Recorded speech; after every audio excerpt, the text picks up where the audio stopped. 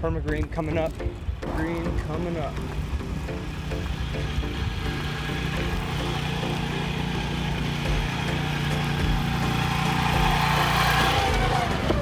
That's a sure sign that spring is here.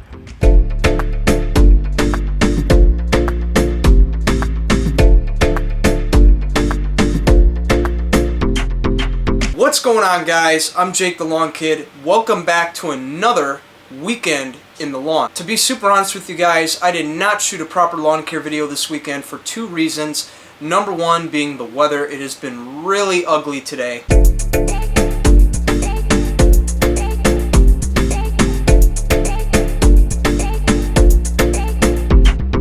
To be honest with you guys, this weather at this time of the year does not surprise me at all. This is actually a common weather pattern that we see here in the spring. Right around late March, early April, that's when the temperatures start to trend up into the 50s and the 60s, and we start seeing things starting to wake up and green up as far as the lawns go. And then before you know it, mid-April rolls around, and then you get that one day where the temperatures drop down into the mid-30s, and you get snow and flurries in the forecast, and because of that, it raises a lot of red flags for you, especially those of you guys who applied your pre-emergents. Because a lot of you guys are going to ask me, well, hey Jake, I applied my pre-emergent when soil temperatures hit 50 like you told me to, but then all of a sudden out of nowhere I got this one day where we had snows and flurries in the forecast. Is that going to throw my pre-emergent off? The answer is no, right? Because this is only in the forecast for one day, right? It's not going to hurt anything. In fact, once all of this melts tomorrow, it's actually going to go down into the soil and it's going to act as a water source for our pre-emergent that we just applied, and it's going to help us get that much more efficacy out of it. So you're fine. Also, if you already applied your pre-emergent, I wouldn't think about reapplying. We want to make sure that we're staying within the maximums of our applications. Oh, thanks. It's cool right here. Look at this. Thank you. Anyway, let's get back to it. So the second reason I haven't filmed anything this weekend was because I've been super busy running around all day yesterday with Silverback, doing some errands, getting my business ready for the year, picking up some material I need in order to do some spring tune-ups on the equipment, and getting my door hangers passed out. I gotta get all that done by this week, so that is why I did not film a video this weekend. However, fortunately, I did find some time to get out earlier in this week and start filming video for a brand new series I'm going to be doing here on the channel, and that is Neighborhood Lawn Scouting with Jake the Lawn Kid, where I ride my bike around the neighborhood and I take a look at some lawns, see what's right with them, what's wrong with them, what cultural practices are taking place, and then from there we can go into further diagnostics with those problems and see what we can do to correct them. I'm actually really excited about this series, as it's not only going to be educational for you guys, but it's going to be educational for me as the creator, as it'll help increase my credibility in this field as I grow my YouTube channel. So I'm really looking forward to that. As far as the posting schedule goes for this program, I don't have that worked out yet. I don't know whether I'm going to go every 2 weeks, every month, every couple months. It depends on how long it takes to actually see progression as we move throughout the year. We'll have to kind of play it by ear, and I'll have to get back to you later on that. But either way, enough talking. Let's get into it. Episode 1 of Neighborhood Lawn Scouting with Jake the Lawn Kid. Let's get into it, bro. You know what's nice out when you start seeing the families walking their dogs? That right there. That's a sure sight that I've missed. Alright, so I'm at the park now, and that right there, that is not pretty. We do have a couple of areas like right here where you can see the dogs have been peeing. You know, that's just, you have dogs, there's nothing you can do. Now they do have pills that you can give to your dogs and whatnot, but I wouldn't want to give my dog a pill, especially something that's probably going to you know, alter their system. I just wouldn't want to do that. So the best thing to do when you're dealing with dog spots is to gate off a small section of your yard and let that be for the dog to do his business, whereas the rest of the lawn can be for you, and then you don't have to worry about dog spots no more. Let's go look at that side of the fence over there, see what that area is looking like. It's looking pretty, looking nice and green.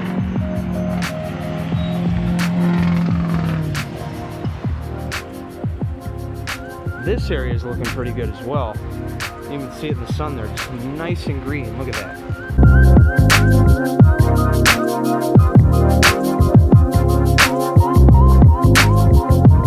Okay, so one thing I'm noticing as I'm biking around the neighborhood here is I'm noticing that there's some lawns out there that are greener than others, and I want to kind of explain a little bit of the science behind that. And this actually goes back to a video I did last fall showing you guys how to properly winterize your lawn before we officially put it to bed for the long harsh winter. If you guys would like to see that video, I will leave it here in the eye in the top right corner as well as in the link in the description below. Make sure you watch that video to get a little more in-depth clarification on what I'm about to tell you. Basically, to sum it up, what I recommend you do in that video is you get down a good dose of nitrogen, about 1/3 to 1/2 pound, to tuck your lawn in before winter. And the rationale behind that is that when you apply nitrogen at that time, it's going to remain stable within the root system all throughout the winter.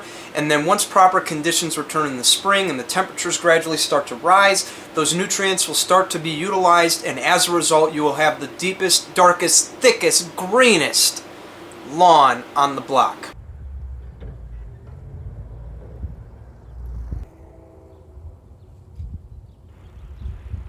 Okay, so to spice things up a bit, I actually went ahead and got out of the subdivision, which by the way is right back there behind me. So I'm in this older, you know, a little less incorporated neighborhood, whatever you want to call it. Anyway, this area is going to kind of allow me to add some variety to the video, because one of the things you guys are seeing, especially since I live in a suburban setting, is we have very little trees and, you know, sidewalks and all that kind of stuff. Whereas over here in the, you know, older neighborhoods, they have challenges of their own that I want to look at. Like, for instance, they have no street curves, and they get a lot of traffic along the edge that they got to deal with, and they have no sidewalks, so extra foot traffic on the yard. But I gotta say, based on what I'm seeing behind me, these yards look really good. Because we do not have any curbing along the roads to, you know, mark a definite edge, if you will, we're dealing with a lot of traffic, specifically with the cars, and that is driving on the edge of the lawn along the street. That's a common problem, especially in the winter time, where we really can't distinguish lawn from street if it hasn't been plowed yet. So you're often going to make mistakes.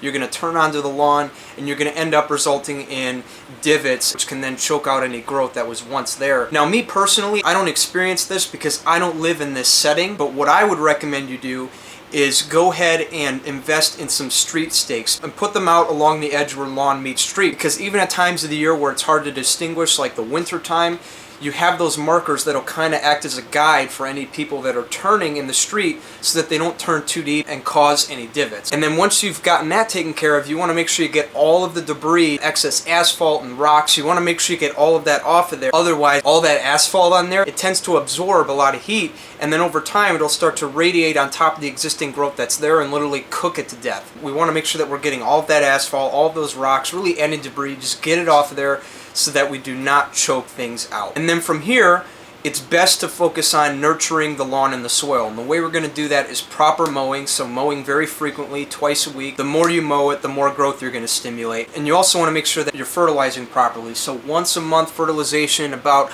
1/4 to 1/2 pound of nitrogen once a month, that'll help stimulate some growth in those areas. Because the goal here is we want to use proper cultural practices to fill in those areas, and whatever doesn't fill in from that, you can go ahead and fill in the gaps with some proper aeration and overseeding in the fall.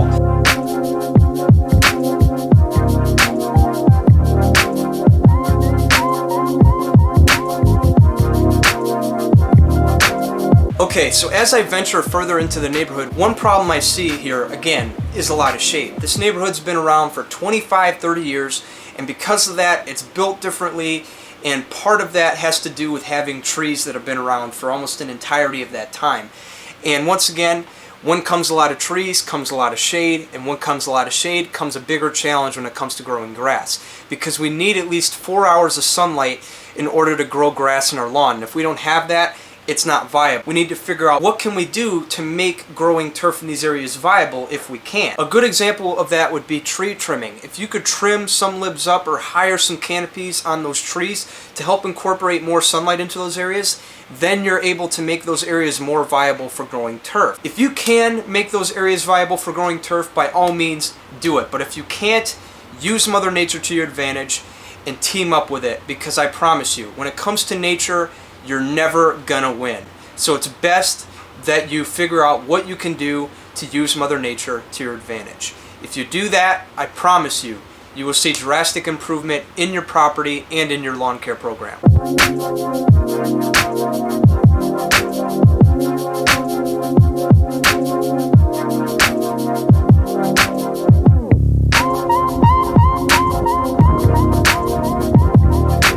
So what we have here are our Forsythia bushes. You can see the yellow in there where the blooms are starting to turn yellow. Look at that. So for those of you guys who are looking to use Mother Nature as your gauge of when it's time to fertilize, once these guys are in full bloom, you are good to go. Okay, so as I'm heading back into my neighborhood, I have one more issue I'd like to show you that I'm seeing a lot of this time of year. And I've actually been talking about this in a lot of videos, but I want to make sure that I say it again so that you guys get the message. So what I'm seeing here are a lot of matted areas, laying over and blocking airflow to the lawn. When you see areas like this, you want to make sure that you rake them. You want to make sure that you stand this grass up as straight as possible. And the reason you want to do it is so that you can incorporate as much air, water, and nutrient penetration into the ground as possible.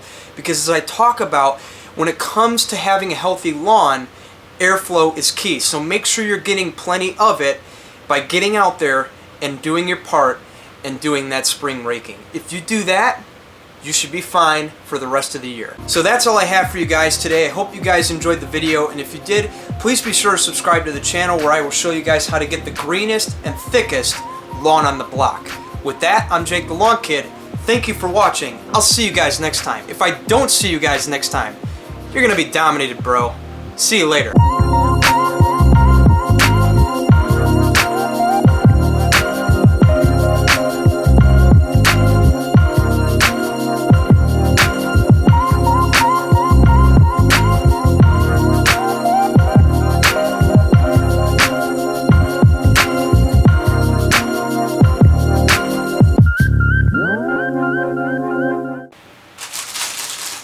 I gotta say, this is actually one of the nice parts about shooting video inside, is that your family will come around and they'll give you, they'll feed you, especially when you're stressing out trying to get a video done. It really takes the stress meter down. Pizza pretzel, so good.